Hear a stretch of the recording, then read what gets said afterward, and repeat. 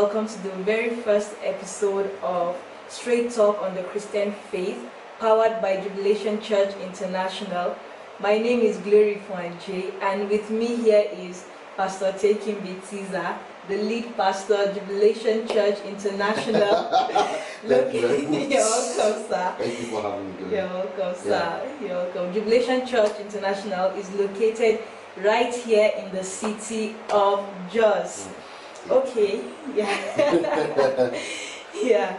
So, the Lord laid it in our hearts to have this program because we realize that there are so many people with questions concerning the Christian faith, questions in their hearts, genuine questions, well, for whatever reasons, whether for criticism or genuinely for whatever reasons. A lot of people have questions in their hearts as regards Christian faith, and through this channel we hope to attend these questions that for whatever reason you are asking them. We hope that through this you find clarity on the questions that you ask, to take you to the next level in your pursuit for insight and your pursuit for God.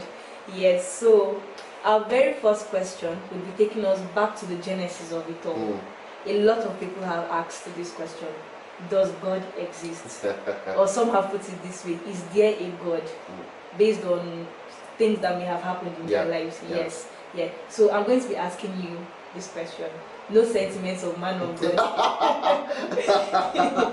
So, does God exist? If yes, how do you know? Okay, thank you so much for that amazing question. I have to state this disclaimer before I go further into answering the question. If there is anyone that is watching this now and you may be a believer, you believe there is a God, and you're thinking about the ridiculousness of our attempt to answer that question about God, make no mistake, there is a reason why those questions come to the heart of people, because there is a path ahead of them. And so we do not claim autonomy of knowledge, but we know that by the Spirit of God there are certain things that we can answer, and that is why we're attempting to, as you said. So I'm going to go straight into answer the question, and I'm starting with a logical approach before I begin to, as you said, no sentiments of man of God. Immediately someone heard, oh, glory with Pastor Tiza, I am a pastor. No, this one, what are you saying? He already defeats the purpose. Why should a pastor begin to answer the question of God? It's as if he has already concluded his answer even before starting. And so that's why I'm going to give a logical approach. So I'll start this way. I brought an example from William Paley, and of course quoted by Pastor Emmanuel Ure. So I'm going to ask you a question. Glory, imagine in the beginning of times, you are the only woman on the earth, the cave woman, and you came out a Saturday morning or whatever day of the week. Let's use Saturday when there's no lockdown. If you're watching this during the pandemic season. So when there's no lockdown, and you saw a rock in front of the cave. Of course, you will ask the question, how did this rock come here? But then by observation, because of how probably the shape, the structure of the rock, your conclusion may be that, probably the wind blew it here, or something happened and got this here. Somehow your conclusion will not, or your question will not be, who made this rock? Because it would look like every other thing you can see. You get it? Now imagine another Saturday morning, you stepped out of your house, and the thing you saw before you was probably like a Rolex wristwatch. It was wrapped up there, it looked like a stone. And then you wanted to conclude that it was a stone, like what you saw the previous Saturday. But then you picked it up and realized, there's something different about this particular kind of rock. One, it looks like it is mechanical. I mean, the precision in the details on that rock, now the wristwatch now is what I call the rock, will begin to put a question in your heart: who brought this here? Or who made it? Because it looks too organized to have just happened by chance. You get it? Yes. So Why am I giving this analogy? Simple. It is impossible, or rather unwise, forgive me, to see something intelligent, something with an intelligent design, well structured, and the conclusion will be that, oh, it just happened, or it just, no, it never happens that way. Where am I driving to, or what am I driving at? When you pay attention to the precision of the earth, how detailed things are. For us, we can do so many analytical predictions because of the consistency of certain things. The seasons, the years, we set calendars because of the consistency of certain occurrences. When you pay attention to the position of the earth in the solar system, I'm just giving a few examples, and I'm heading somewhere. When you pay attention to the position of the earth in the solar system, the earth is rightly positioned away from the sun, so that living things and the earth does not burn, and it is rightly positioned away from the sun. I mean, close to the sun, so that we do not freeze to death. Okay.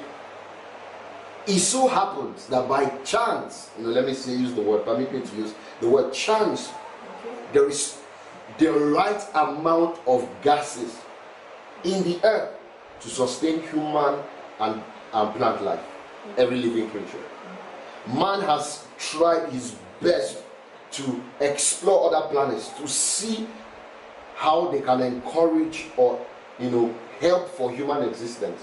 But then we have to do a lot of tweaks here and there and have some form of gear and armor to be able to live in those planets. So it so happens, and the interesting thing, the earth is not the only star, the only planet, the only planet in the solar system. There's so many other kinds of stars, so many other structures.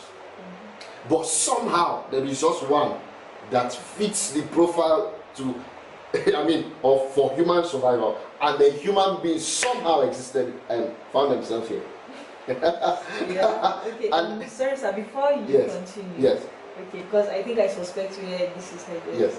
Yeah. So concerning human life and all of that, when it comes to the creation story and everything, a lot of people have come up with the idea of the Big Bang Theory or the evolution of man. Yes. Of how things just came to be without a creator of the whole thing. So it doesn't really add up. Yes. But at the same time, it's only reasonable that there should be a logical explanation to all of this. So I'm going to still ask you, in line with what you're saying, how can you justify the existence of God? Yes, in comparison to science and logic. Okay. Yes, so So I think it still flows in where the direction I'm going to. Yeah, you actually said that right. So so theories have come up like man evolved from animals, the evolution theory. Some theories that have come up. One evolution theory that we came from chimps, from apes. One of the problems with that assumption is we still have chimps and apes around us that exist. We have them living, and we have not observed, or there is not enough scientific proof that these guys transform to human beings. We know that human beings produce human beings and apes produce apes. So it is unwise to conclude that. Second, the question I will ask is this: if we all evolved from apes, who made the first ape? How did the first ape come about? You might have a theory for it. There was a big bang, boom, and then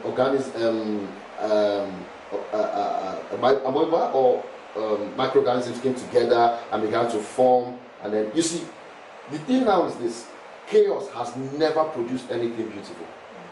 I mean, imagine you woke up this morning and you jumped on your bed, bah, bah, bah, and then suddenly I woke up like this. You woke up like this. I mean, you just jumped up, boom, and then you're looking so confused. You don't make that kind of conclusion. Which leads me to say that it is scientifically illogical to assume that an intelligent design does not have an intelligent designer. Wow. It is scientifically illogical to assume that something so beautiful, with so much precision, occurred by itself naturally. No. What happens is this: you can see this and begin to ask a question: who made this? because it is unwise to see something with so much precision, with so much detail, look so mechanical, and assume that it just happened. And can I say this? Lee Strobel made a conclusion, and I agree with him totally, about the Big Bang Theory. He said something profound. He said the Big Bang Theory states that out of chaos there was a sudden explosion, and then everything the earth became, and that's the summary of it. Yeah. I can't go into the detail, but however, if you put a lens on that explanation, if you put your lens on that explanation, you realize that it fits what the Bible describes in Genesis chapter 1, where a God said, "Let there be light." Boom, and it was. There was a flash of light instantly that everything he said, he saw, it became instantly. So he almost proves that theory that there was a creator who said things and it happened instantly. And can I tell you something? It is hard for you to be a scientist and observe the things you do, the studies. I've heard doctors, I've heard medical practitioners say that in the study of science and human anatomy, some people have been converted from atheism to theist, to believe that there is a God, because of the phenomenal, the beauty in creation. When you look at the structure of man, the structure of plants, the structure of everything around us, your conclusion cannot be that there isn't a creator. So now, the answer to your question, first question, is there a God? Absolutely there is. The question isn't whose God is correct, is there a God? Of course, absolutely, there is a God. Okay, sir. So we have seen this from the logical aspect. Yes. Yeah. So now I want you to address it from Scripture. Hallelujah. As the man of God. I even said hallelujah. There's no brief for being a man of God. Is that allowed? So now, okay, let's someone is asking the question you're asking now. Yeah. So what the noise is, does Scripture have something to back up what you're claiming? Yeah. Because as I know that in the Christian faith, we are taught to always have scriptures to back up our claims. Let's turn our Bibles to Romans chapter 1. Romans chapter 1. I'll read it quickly for us, okay? You don't need to. Romans chapter 1, I'll read from verse 18 so we can get the picture of where I'm going to 21. It says, "For the wrath of God is revealed from heaven against all ungodliness and unrighteousness of men, who suppress the truth in unrighteousness, because what may be known of God is manifest in them, for God has shown it to them.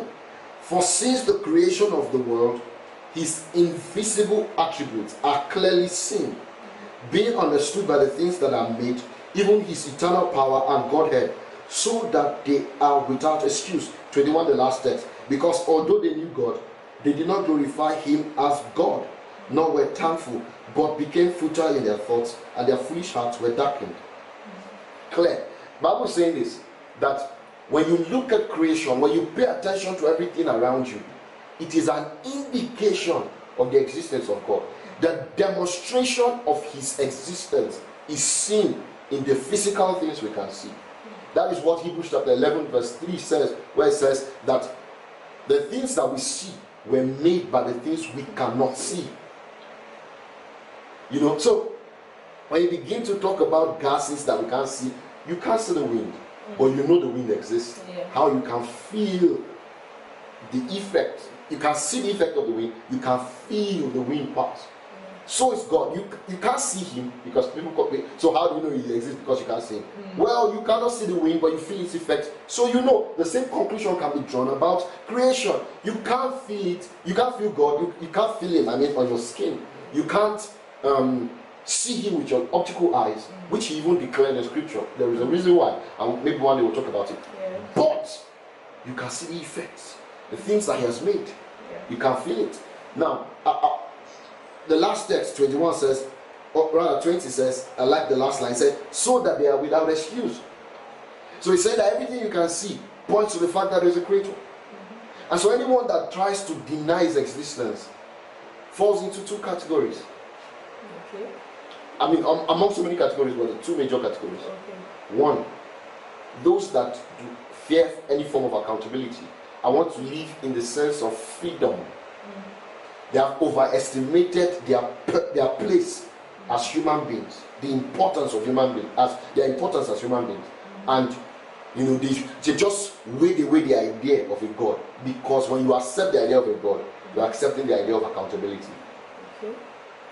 And then, of course, the second major class are those who have been hurt in the past, and because of their pain, their conclusion is there is no God. Well, okay, thank you for that, because Yes. it actually leads me to the next question. Okay. Yeah. So a lot of people have experienced hurt in one way or the other, heartaches, loss of a loved one, or whichever one. So now, if you say God exists, yes, that's looking at it from the logical point of view and the Christian, or rather the biblical point of view. Yes. So if you say God exists, then why do bad things happen? Why do bad things happen to good people per se? Why is there so much chaos in the world today if God exists? Okay. Excuse me. Well, the first thing I'll say about the existence of evil is that it doesn't deny the existence of good. It only proves that there is something wrong. Okay. For instance, when we see a child born in a bad state, our conclusion is not that, oh, that's the natural thing. Okay. Our conclusion is something bad has happened. So the existence of bad reveals that something went wrong. For instance, the tablet you have in your hand, you control it, but immediately it stops doing what you expect it to do. Your conclusion is something has gone wrong. Yes. You do not begin to blame Apple Corporation or Steve Jobs for the problem. What you do is you begin to look for how to fix it. This leads me to one thing. That's a very powerful illustration. You get it? Yeah. You see? So your conclusion isn't that, oh, and that's let me buttress on that point exactly. Okay. That it reveals that mankind always seeks to blame someone. And so because there is no God to point fingers at, you hear people say things like, oh, if I die and there is a God, I will ask him. No, you are just being funny. If we go further, you understand that there is no conversation after now.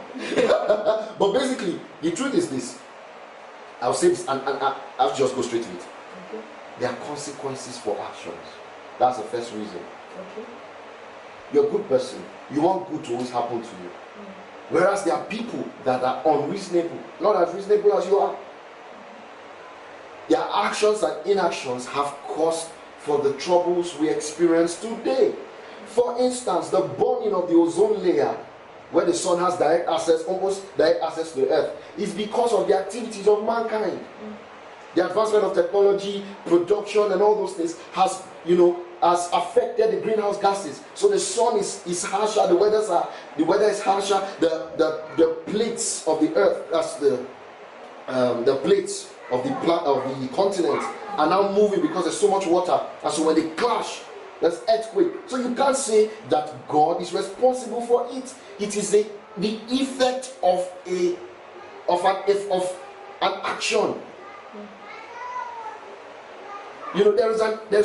He set principles. That is why if you plant tomatoes in Jos and plant tomatoes in Abuja, tomatoes will come out.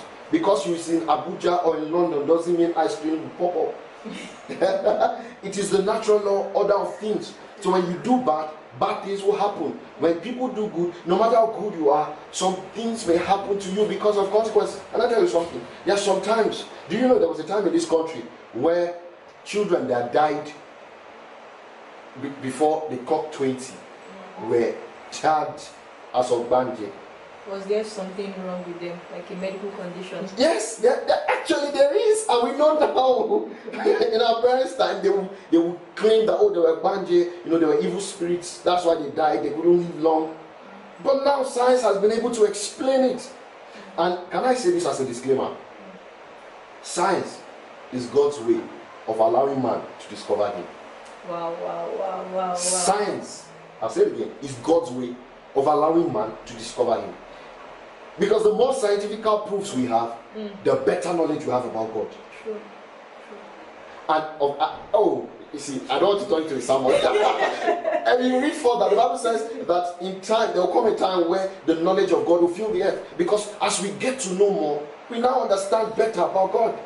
We now understand consequences. We can prevent certain things. We now know, oh, it's not God that did this. Man has responsibilities. Okay. I was trying to answer what was the cause of the children dying. Yeah. It was because of sickle cell anemia. So science revealed that there was something about the structure, the genetic structure of these children, and it was because AS were getting married to AS and SS were getting married to SS. So the sickle cell anemia, that gene was passed on. There are certain things that happen to people. For instance, when incest happened, the children are not born normally. You see, when you trace the genetic makeup of people, you find out that the things happening to them today, the bad things, maybe a child was born handicapped, was born, is because of what the link. If you link their family tree, you see that there was something in that tree that has now transferred to the generation. It is a biological thing. Okay, sir. I understand your point. Yeah. So how about people that they lost a loved one, Yes. after praying so much at the hospital, and the person still died. Yes. And then they were so downtrodden and heartbroken, and they came into the conclusion that there is no God because they prayed. Yes. And God is supposed to answer our prayers. Yes. So what can you say about that? Okay. There are so many issues around that. But first, before I answer that question, I'm going to say, if you lost a loved one while trusting God, I sympathize with you. Yes. And believe me, God sympathizes with you. There is always a reason why it happened. We may not know exactly why, but there are so many reasons. One of such reasons is this, and I'm not trying to say this to play down on anybody's emotions or somebody's sentiments around their loved one. Okay. But I've heard of instances where a loved one had a sickness, a terminal illness. Of course, terminal illnesses are either biological effect of man's mismanagement of the earth or by man's wickedness. We have heard of diseases that were cooked in labs and were released. So many things that happen on the earth is man's wickedness that caused it. Remember, I have to state this before I continue. There is a sin problem in the world. The fall of Adam. Things were not normal. So, apart from the biological part, there is the sin problem where man creates evil by himself. So now let's go back to the lover who was sick because of the effect of all these things. I heard people say that while they were praying, they had encounters, and while they were praying for someone to recover, the person was praying to them.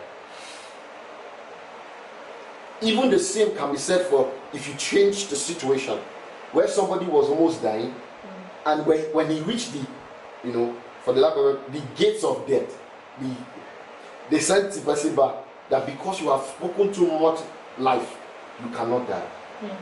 That's an instance. There are some of these things are bigger than we can explain naturally. But how about the place of now we're talking to a believer, for someone who was a believer who now denies the existence of God. Yes. How about the place of faith? You see, there is a principle of faith that is required for certain things to happen, both for the person prayer and the receiver. You would notice that scripture gives us proof that whenever Jesus wanted to heal someone, he said, your faith, not mine, your faith has made you whole. Your faith in him. And so because someone proclaims, I believe in Jesus, doesn't mean that he has faith. Faith is a function of the heart. My God. It's not just because you are saying it and you are proclaiming it. There is something inside that is changed. Listen, when you are in faith, you know. It's boldness. Faith stirs you up to do certain things. Like the woman with the issue of blood. Nobody taught her that holding the hem of Jesus' garment would bring healing. But by faith, she said, this man is a miracle worker.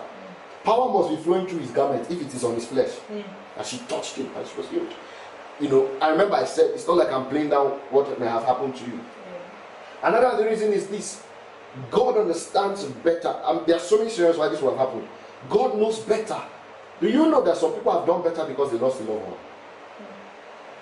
That person may have been a hindrance to your progress, to your moving forward. It may sound, it may sound stupid, but think about it. Some things that work out for your good do not look good all the time. True. I'll give an example. Joseph's place of destiny was in Egypt.